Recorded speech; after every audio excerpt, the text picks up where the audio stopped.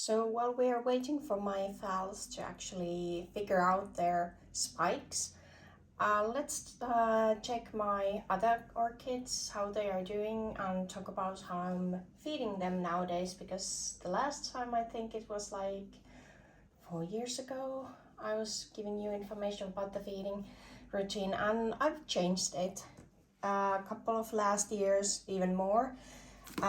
So I use measure. So this is a TDS, ES, and it takes the temperatures and everything. I use TDS because that's what I've learned. In Europe, you mainly use the EC. So yes, I'm not that picky what kind of feeding fertilizer I'm using with my orchids. I just buy whatever I find. Now I have this Finnish brand, and it has all sort of things inside it, and of course you can see it has seaweeds. For some odd reason, all the producers in Finland use seaweed in every one of their product when it comes to fertilizing. So if I want anything without it, for example for my Dendrobium nobile virginale, I have to buy from abroad, and now that everything is growing, I'm using this one because I can. If they are resting, that would be a little bit more trickier if I need to give some fertilizers to them. They usually tend to push out keikis at that point. So this is something, I'm waiting for the beginning of the next year when I'm doing bigger purchase from abroad for anything like a bark or other media. I usually buy the fertilizers at the same time. Okay, then this is something which hydroponics are using. So this is straight to the giving it straight to the water. This is CalMag, and the calcium is from the Epsom salt from this one. So there isn't anything else, it's just the CalMag in here. And that I've been giving now for half a year for my orchids. And this is CalMag Agent. And this have ingredients like silicate and all sort of things which are buffering my water so that the CalMag can actually penetrate into the plant. So this is something which I need to use in order to actually get it nice level and not being that volatile, so that I can actually push the calcium into the system. The reason why I haven't given this much or these before is that I needed to learn for myself. I needed to see how my orchids are responding to changes. So when I changed the environment, I had to wait for them to show me how they are doing in this environment and whether they need something else, and it was this. So because they weren't growing that well, so now I've bumped up that part of the feeding process. And the magnesium is something I might have to tweak that a bit, because we don't have that much magnesium in our water. I have to, as I mentioned before, give that to the aquariums as well. And then about the TDS, I used to give 300. I was keeping it in 300 because that was, I think, Roger's orchid was mentioned at least. And our water has 80 to 60 TDS, depends on what time of the year you are getting that out of the pipes. So this is something which I noticed that the 300 is not enough. I have to push out more. So now I'm feeding around 400 ppm TDS, and that's where I'm keeping it for now. And we'll see soon how they are doing, especially now that I have the new lights. Hold on, let's go and check. It has been the watering day for everything. This is the Percivaliana which I have. It's still growing this new shoot. I haven't seen anything else there. I might get something Yeah. Oh, sorry, you're not in focus. Oh, wrong pot. So there is something pushing out from there. So it's like, that's the response with my plants to my new fertilizing regime. This one, I'm still out of focus, sorry about that. So this was that, hold on, CG Roebling cross with Maxima Cerulean Blue, and it's pushing out this one. This is still growing, so it's taking its sweet time. And I do believe I might have seen something else pushing out somewhere.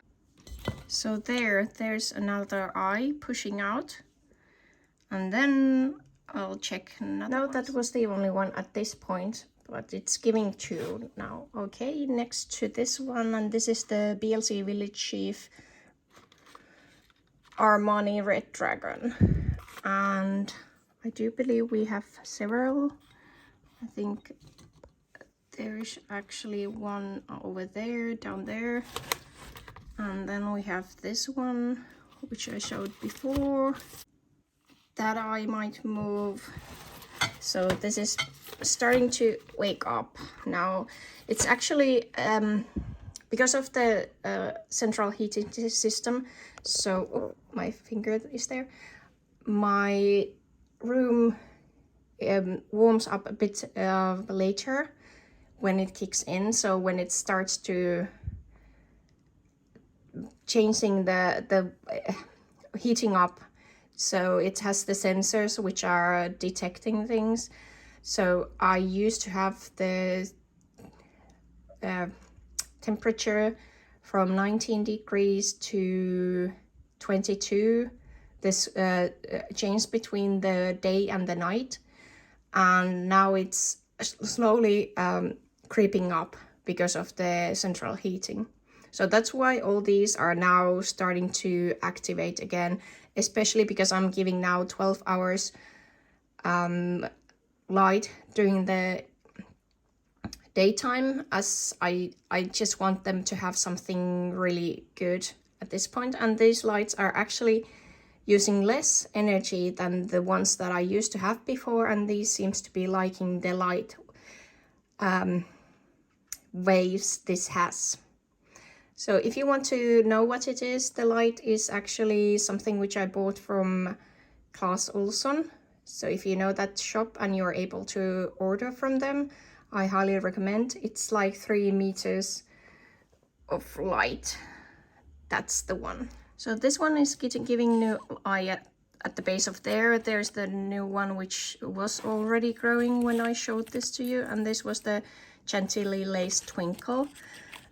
It looks really dry, but I've learned that with Cattleyas, I'll keep them quite dry and then I water so that I'm not going to destroy the roots. So I'm taking this off.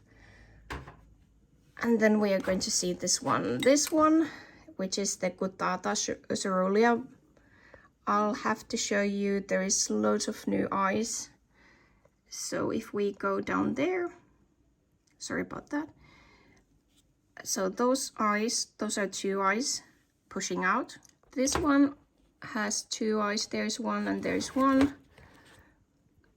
And then this one is pushing out new eye. Not sure if there is more, but that's like 5 new growths on this one. And that's after switching the lights and switching the feeding. I thought my Dendrobium nobile virginale wasn't going to actually grow taller than this, but apparently it has its momentum now, so it's growing. And I'm hoping to get the growth up here at least. So fingers crossed. So me and Purpuratas, we go well together. This was the one which is Ruseliana cross with Rosa Concolor. And it's growing new growth there.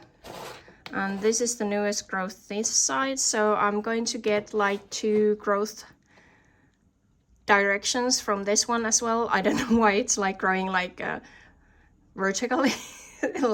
It's acting really strange, but never mind. Oh, and I did uppot this, so I probably would have needed to repot it in 1 year, even less. So I thought it best to, because I did the repotting this, yeah, it was April this year. So I just plucked it up, put it into the bigger pot and some media around it, roots, and it's growing nicely. So this dendrobium, which has suffered a lot, it came to me like really a small seedling. As you can see, these were the growths that it actually had. And this one is the spectabile cross with, hold on, let me focus, macrophyllum. And this one has, there's a new growth, there's a new growth back there behind these two pseudobulbs. I think, yep, hold on, I'll show it to you. There is actually new growth down there. Sorry, this phone just does that sometimes, I don't know why. But that's there, at least 3. I think that eye is activating. Is there any more? I think this one was, which no, that's, so there is 5, at least 5 new growths on this one. And I'm hoping to get them about here. So this straggly little thing is my golf green hairpig, or my son's, but this is like we bought it together. And there's a new growth. Is there somewhere else? Let's see. I think that's activating there. So there, it's 2 that's dead. There's new growth coming up there, if it would focus, and that's pushing out. Oh, is that 5 now? I think so.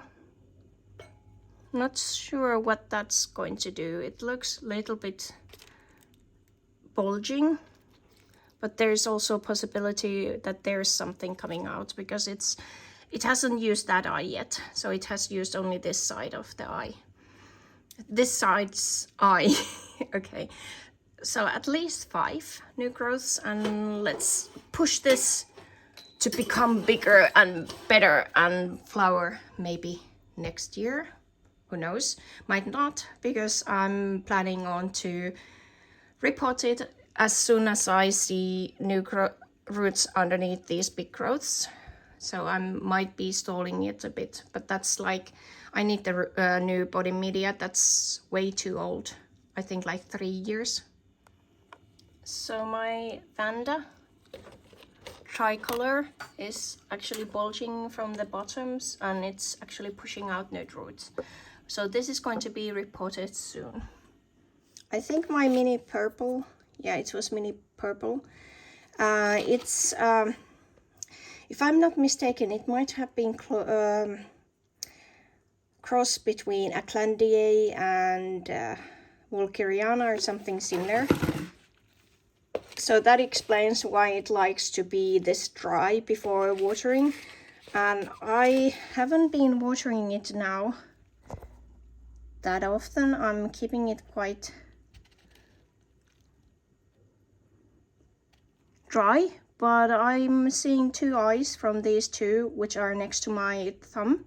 So I'm going to actually give it water now, and might increase the or decrease the time between the waterings, so that when it's actively growing, I'm going to give it something. But as you can see, I'm getting it quite shriveled, and that hasn't been something which I have intended to do. I just knew that it needed really well draining media mix, which I have, and this is quite shallow pot, so it's not keeping it too moist for long periods of time, and it seems to have been working with this. So as I mentioned, I may have been keeping it too dry, because it should have been blooming onto both of these canes. So now I have to work on those 2, that they are actually going to be blooming better next time, hopefully. So this I repotted, and it was Calea bicolor. There was actually 2 of them inside there. I'm going to insert the repotting at the end if you want to see it, how I did it and what I used with it. And then that's if that's something you're really interested in. So that's, I think, in between seedling and young plant. Okay, so I have 2 rooms. This one is my son's, and he's not here. He's visiting my mother for the Christmas. I stayed here because I had some other reasons, but it's okay. I see my mom quite often. And this is the new growth. I actually, so this is the Tenebrosa, Cattleya tenebrosa, and I actually move it into this room because this room is 2 Celsius warmer than the other one. And it's difficult to say that I had that sort of feeling that it's not growing as it should be. And it used to be in this room. It liked it in this room. This growth was grown here. So I'm going to keep it here in future as well. And underneath here is, let's take it off. Yep, that's my Cattleya dowiana aurea. It actually doesn't have any roots left. That's like, there's like 1 viable root with one of these growths, and the other one doesn't have any. I'm keeping it in this container. I immerse them when I give them water, and other than that, I'm keeping it, sometimes taking the bag off so that they can breathe, but most of the time it's like humidity tent for them, which is, the air is changing in there, of course. And as this is not doing so well, I'm actually planning on buying new ones, and for some odd reason this is not focusing on this one. That's there, so let's hope I'll find a new one. I think the thrips just got it too badly. So I did the repotting for these 2. So this is the, I always forget, Bovringiana red. And it's quite shriveled as expected. Didn't have that good root system. And there's the 2 new growths. Both are growing quite nicely, so I'm hoping they'll push out nice new roots. And back there I have my Purpurata variety Cardnea cereja, or something similar. And because it was pushing out new roots and new growth, I decided to repot it. And the reason why it's in this place is to give it a little bit more heat. So it's in here for that, so that it can actually grow little better. As it already had, for this cane, it already had new roots, and it's doing that second round of roots now, so it's not like the ideal time to repot it, but I just had to. There was something, I just felt that I needed to do it. Difficult to tell you. I just feel the orchids are not okay, and then I do the change. And of course it's shriveled a bit, but the new pseudobulb looks still good, so I'm okay with it. And let's see. So that's why it's here, to give it more time and support. And that's the other Tenebrosa, which is the Oreaform, and I'm keeping it here because it's warmer, and I'm keeping it open so it can actually breathe, and I'm giving it more fertilizing than before, so hopefully it's going to work. And for some odd reason this is like, hold on. So for some odd reason that light was flickering, so I decided to come here and do the outro. Yeah, that's my Cattleyas, that's my feeding, that's my lights for now, and let's see what it goes. Ooh, I almost forgot to show you. So this growth is also pushing out new sheath. So this is that my big Purpurata, which I've grown quite tall at this point. Okay, now I've taken it off. Apparently the new growth and the root are from this one. I didn't know there was two. And this one, I'm not actually sure if there is any viable eyes, because when you look at this, the front, the eyes are gone. So there might be some eyes behind there.